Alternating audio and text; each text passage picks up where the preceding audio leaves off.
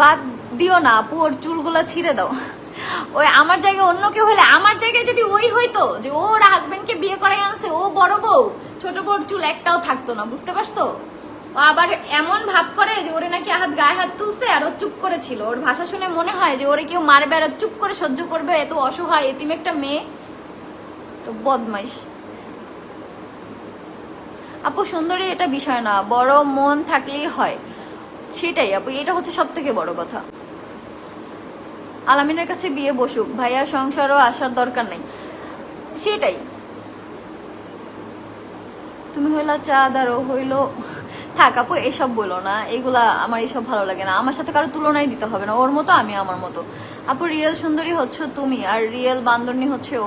মেহেজাবিন ইসলাম আপু আমার সাথে তোমরা কারো তুলনাই দিও না। আমি অনেক সময় যে দেখি আমার হচ্ছে এমনি লুক নিয়ে তোমরা হচ্ছে লিখো যে আপু তো এমনি সুন্দর আর হচ্ছে পার্লারে সেজেও সেম হয় না, সো এগুলো আমাকে বলো না। আমার ভিডিওর সাথে ওর ভিডিও কোলাজ করো না কেউ। আমার এটা দেখলেই আমার জিদ লাগে, ঠিক আছে? এটা দেখলেই আমার মেজাজ গরম হয়, সো এটা করো না। ওর ভিডিও তোমার পোস্ট করতে মন চাইলে আলাদা পোস্ট করো, আমার ভিডিও পোস্ট করতে। আর দেখি ওর কিছু ফ্যানরা ওরে নিয়ে পোস্ট করে, সাথে আমার একটা ছবি দেয়। কেন আমার ছবি না দিলে রিচ বাড়ে না আপনাদের? আমি তো কমেন্টও করে দেই যে আমার ছবি না দিলে তো খাইতে পারোস না, চলে না তো পেজ। বিলে সুন্দরী তুমি এটা কি কমেন্ট করলা?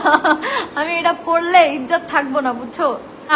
ইউজ করা হয়েছে শুধুমাত্র সানজিদা তাবাচ্ছুম। কি কারণে তারা ইউজ করা হয়েছে বলেন তো? হ্যাঁ, যদি ইউজ করা হইতো তাহলে তার পর্যায়ে তার আগের লাইফের থেকেও খারাপ হইতো। একটা মানুষের লাইফ নষ্ট মানে বুঝেন? সে আগে গার্মেন্টসে চাকরি করতো, তার লেভেল ওইটা, তার মানে এখন সে গার্মেন্টসের চেয়েও নিচে, তার মানে তার মানুষের বাসায় কাজ করার কথা, তার যদি লাইফ নষ্ট হইতো, ঠিক আছে?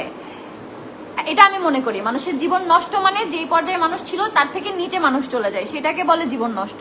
উপরে ওঠাকে মানুষ জীবন নষ্ট বলে না। তো জীবন নষ্টের সংজ্ঞাটা আগে জেনে এসেছেন। তার যদি জীবন নষ্ট হয় তখন তার মানুষের বাসায় কাজ করে খাইতে হইতো, ঠিক আছে? গার্মেন্টস এর পর তো আমি মনে করি ওইটাই আছে, এর মাঝখানে আর কোনো চাকরি আছে কিনা আই ডোন্ট নো।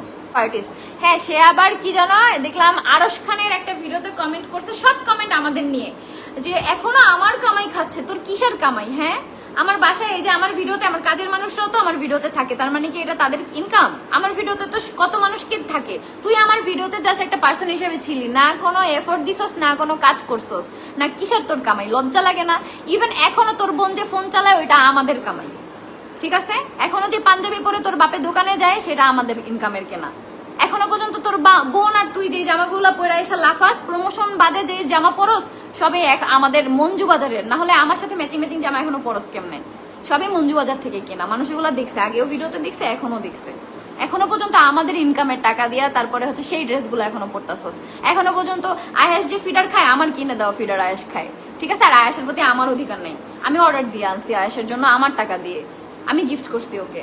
আর বলে আয়াসরে দেখতে আসতে পারবে না, কি হবে আমার না দেখতে গেলে? আমার কোন জায়গা দিয়ে কোন ক্ষতি হয়ে যাবে না দেখলে তোর ছেলে? থ্যাংক ইউ সো মাচ আপু, তুমি এদের কথা বলো না, মুখ নষ্ট হয়ে যাবে। এরা যতদিন আমার নিয়ে বেলাবেলি করবে কমেন্টে, যতদিন আমার নিয়ে ই করবে, আমার এক্স হাজবেন্ডের ওয়াইফরে যে কমেন্ট করে, কত বড় সাহস ওর, কত বড় বেহায়া।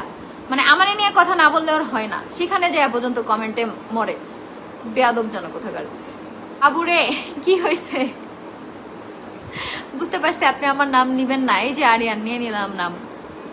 তোমাকে আমার অনেক বেশি ভালো লাগে, প্লিজ রিপ্লাই। নীল, এই যে দিয়ে দিলাম। ঠিক বলছো আপু, ওর মায়ের জন্য ওর সংসার ভাঙছে, না হলে যখন ওর পরিবারের সাথে যখন মিল ছিল না তখন তোমরা ভালো ছিলা, যেই ওর পরিবারের সাথে যোগাযোগ হয়েছে তখনই চলে গেছে। হ্যাঁ আপু, এটা তো ভিডিও যারা দেখছে সবাই জানে, যতদিন ওর ফ্যামিলির সাথে আমাদের কোনো যোগাযোগ ছিল না ততদিন কোনো ঝামেলা হয় নাই, আমাদের মধ্যে কোনো ঝামেলা হয় নাই। তখন আমাদের ধরো কম ইনকাম ছিল, তারপরও ঝামেলা হয় নাই।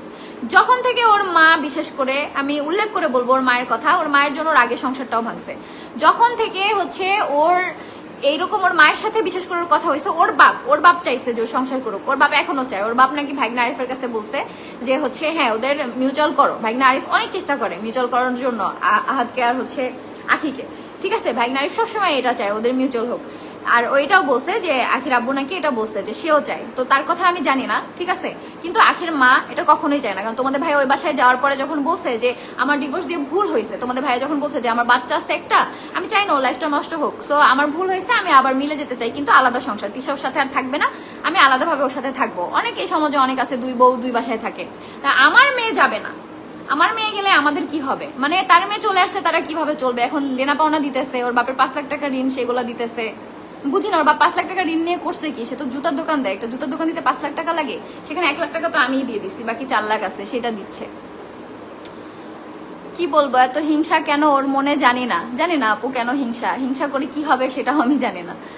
জয়া আমার এক্স হাজবেন্ডের সাথে হাত মিলাইছে, ভাবছি কি আহারে আমার শত্রুর সাথে মিলা, শত্রু হয়ে কি আমার ক্ষতি করবে, আমি একাই 100, তোরা সব 14 গোষ্ঠী এক হ, আমার আরো যদি কোনো শত্রু থাকে তাদের সাথেও মিল, কিন্তু আমি একাই 100, বুঝতে পারছোস? কারণ আমার পাশে আমার হাজবেন্ড আছে।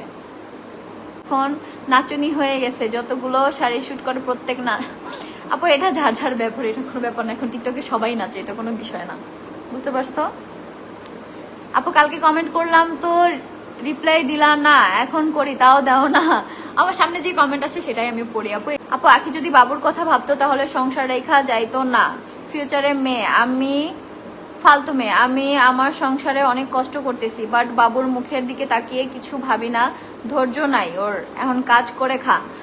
আরিয়া এটাই তো চাইছিল, তো কাজ করে খাইতে, হাজবেন্ডের সাথে থেকে মানুষ কাজ করে থাকতে পারে না, হাজবেন্ডের সাথে থাকলে মানুষ কাজ করে খাইতে পারে না, আমি করতেছি না তো তখন করতো কাজগুলো, তখন কেন কাজ করে নাই? আমি অসুস্থ অবস্থায় ব্লগের পর ব্লগ বানাই দিচ্ছি, মানে এত কষ্ট করছি, ও কিভাবে এগুলোর ওর কামাই দাবি করে? মানে মানুষের তো একটা নিম্নতম লজ্জাবোধ থাকে যে ব্লগ তো আছে 1.5 বছরের টানা, প্রত্যেকটা ব্লগ তো ইউটিউবে আছে, টিয়াতেও আছে, সোয়েব ফ্যামিলিতে আছে, এগুলো আমি প্রাইভেট করবো না শুধুমাত্র দেখার জন্যই। ও যে দাবি করে ওর কতটুকু এফোর্ট ছিল এই 1.5 বছর, ঠিক আছে, ও বুকে হাত দিয়ে বলতে পারবে যে হ্যাঁ এতটুকু এফোর্ট আমার ছিল? বলো কি পরিমাণ এফোর্ট ওর ছিল? তোমরা যারা ডেইলি আমাদের ব্লগ দেখো একদম শুরু থেকে, আখি আসার আগে থেকে, তখন থেকে তার দেখলে তোমরা বুঝতে পারবো ওর কি এফোর্ট ছিল, কোন ইসে দাবি করে। তাতে আমার ভাইয়ের বউ দাবি করতে পারে যে ওর বিয়েতে আমি 30 লাখ টাকা কামাইছি, 30 লাখ টাকা আমার ভাইয়ের বউ। আমার ভাইয়ের বউ তোর মতো ছোট লোক না, বুঝো নাই? তাহলে ইরফান তো এই যে ভিডিও করে দেয়, ইরফানকে বেতন দেয়, তাতে কি হয়েছে? তাহলে তো ইরফানের তো এই সব টাকা, রাজ ভিডিওতে থাকে তাহলে তো রাজেরও টাকা। আমার ভাইগুলোর তো, ইরফান তোমাদের ভাইয়ার ভাই না, ওরে বেতন দিয়ে রাখতে হয়। আমার ভাইরা যে খাটে ওদের তো বেতনও দেয় না, আমিও তো আমাদের ভিডিও করে দেয়, রাজও তো ভিডিও করে দেয়, বাসায় কাজও করে, ওদের তো বেতনও দিতে হয় না, ওরা তো এমনি এমনিই থাকতেছে।